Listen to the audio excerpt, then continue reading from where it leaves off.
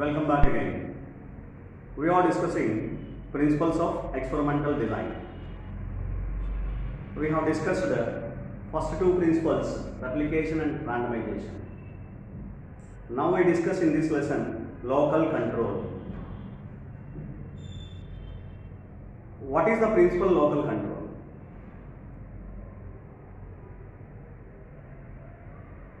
For example, what is the need of applying this particular principle, entering into this particular principle? One basic reason.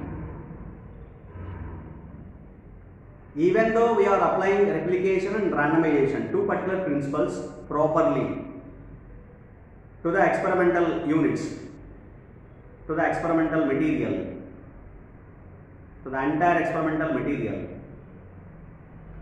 But even then, the experimental error is not reduced to a great extent.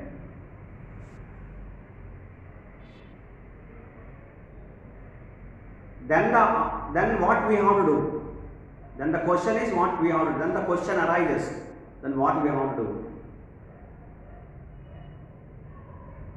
That is only because of the one particular reason that the experimental material is more heterogeneous. The experimental material is more heterogeneous. That is, heterogeneous experimental units are there in the entire experimental material. Then we have to apply the principle of local control. What it does?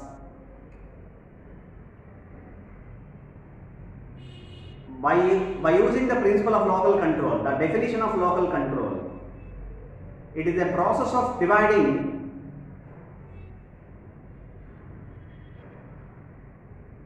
the heterogeneous experimental material into relatively homogeneous experimental units or blocks, into relatively homogeneous blocks, so that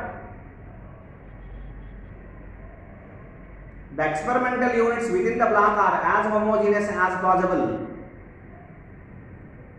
and between the blocks are as heterogeneous as possible. This is what the principle local control. It is a one such principle of reducing the experimental error in such a way that dividing the heterogeneous experimental material into relatively homogeneous blocks or subgroups. It is called the principle of local control. This process is called local control.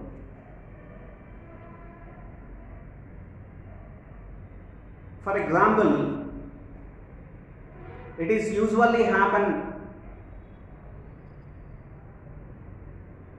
in the field experimentation. If we consider agricultural field experimentation, in which there is heterogeneous experimental material,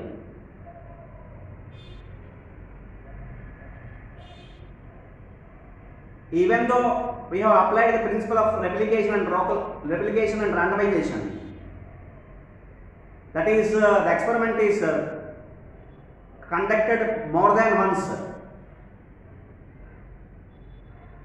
Various treatments are applied sufficient number of times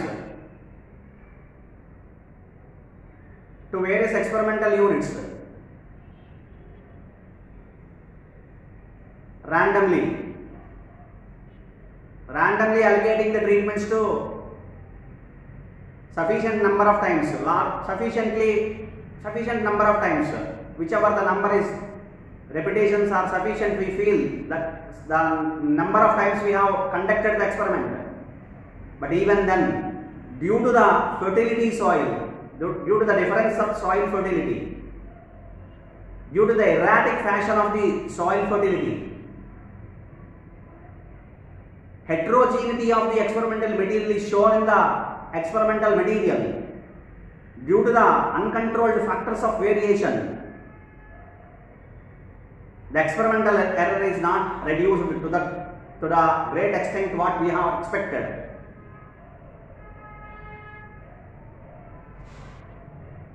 In such a region, in such a case,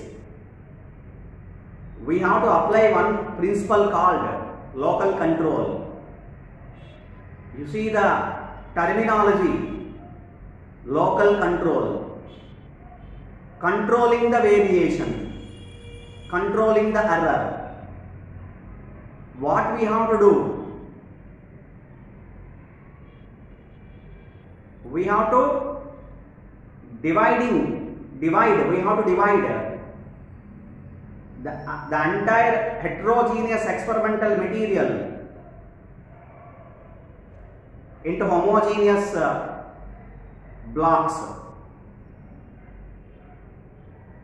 This is what generally done in the principle of the local control. For example, soil fertility, it is increasing towards one particular direction. Here is it less fertility, less soil fertility. It starts here and it increases from Visakhapatnam to, if you move towards Godavari belt, East Godavari, West Godavari, that particular belt. The soil fertility, it is more fertility, there will be more fertility conditions. The agricultural field is more fertility than in Visakhapatnam.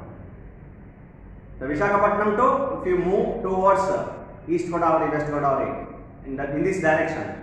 For example, you consider here soil fertility is very hot. Somewhere if you move towards this direction, soil fertility is very smooth, very useful soil fertility you can observe there in the Godavari belt. In there, if you divide towards the perpendicular direction of the soil fertility, it is one direction, it is moving, soil fertility is moving in one direction. Moving means changing in one direction. And if you divide it, the blocks, if you divide, the blocking is going to be done. If you divide blocks towards another direction, perpendicular direction to the soil fertility, if you divide this particular, all the units will be as homogeneous as possible. Next group, next block, as homogeneous, and the next blocks and so on Godavari. That is what the blocking, the procedure of blocking, it is nothing but we have to divide towards the perpendicular direction of the soil fertility. Fertility of the soil. You have to divide into the blocks. Then the blocks, the experimental units within the block are as homogeneous as possible. And the comparisons will be more meaningful. The comparison will be more meaningful. And also the experimental error is going to be reduced. Because we have considered within the group, within the block, all the experimental units will be under similar conditions. So therefore comparison is more easy and meaningful. Interpretations are meaningful. The experimental error is also going to be reduced. So therefore, for all the principles, the main important factor of considering the principles, of forming the principles, framing the principles is nothing but reduce the experimental error. The main objective of framing all these principles is nothing but reducing the experimental error. It is one of the main important reasons. Whatsoever other reasons we consider,